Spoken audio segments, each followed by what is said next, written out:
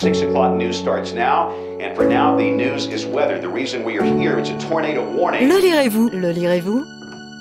Le lirez-vous?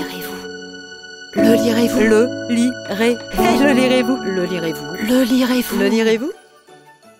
Bonne chance à toutes et à tous, voici le 6e épisode de la saison 3. Merci de suivre Le lirez-vous et bienvenue aux nouveaux auditeurs, auditrices.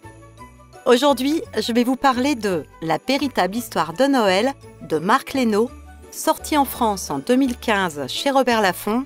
Attention, ce livre est épuisé, donc il s'adresse à ceux qui lisent sur liseuse.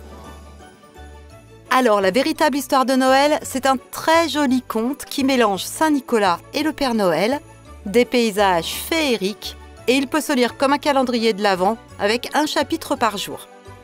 Au cœur de la Laponie, le jeune orphelin Nicolas est recueilli par les habitants du village. Mais ils sont tous trop pauvres pour pouvoir l'adopter. Alors, le Conseil des Anciens prend une décision inédite. Chaque année, le garçon sera pris en charge par une famille différente et il en changera le jour de Noël. Nicolas décide de continuer de se consacrer à sa passion, fabriquer des jouets. Alors, j'ai démarré ce roman en me disant qu'il fallait lire une histoire de Noël. J'ai choisi plus ou moins au hasard et en fait, c'est le titre et la couverture qui m'ont guidée. Je me suis vraiment laissée emporter dès que l'histoire a vraiment démarré, au point de le dévorer en 2 soirées. Enfin, la véritable histoire du Père Noël. Une belle histoire, porteuse de messages magiques, de vraie vie. Attention, il y a aussi beaucoup de malheur et beaucoup de tristesse, mais une vraie envie de vivre, une envie de dépasser ces moments terribles que Nicolas vit. J'ai vraiment adoré, c'est un vrai coup de cœur. Ce roman est conseillé à partir de 13 ans. Mais est-ce qu'à 13 ans, nos enfants ont encore envie de lire une histoire sur Noël? Pourquoi pas?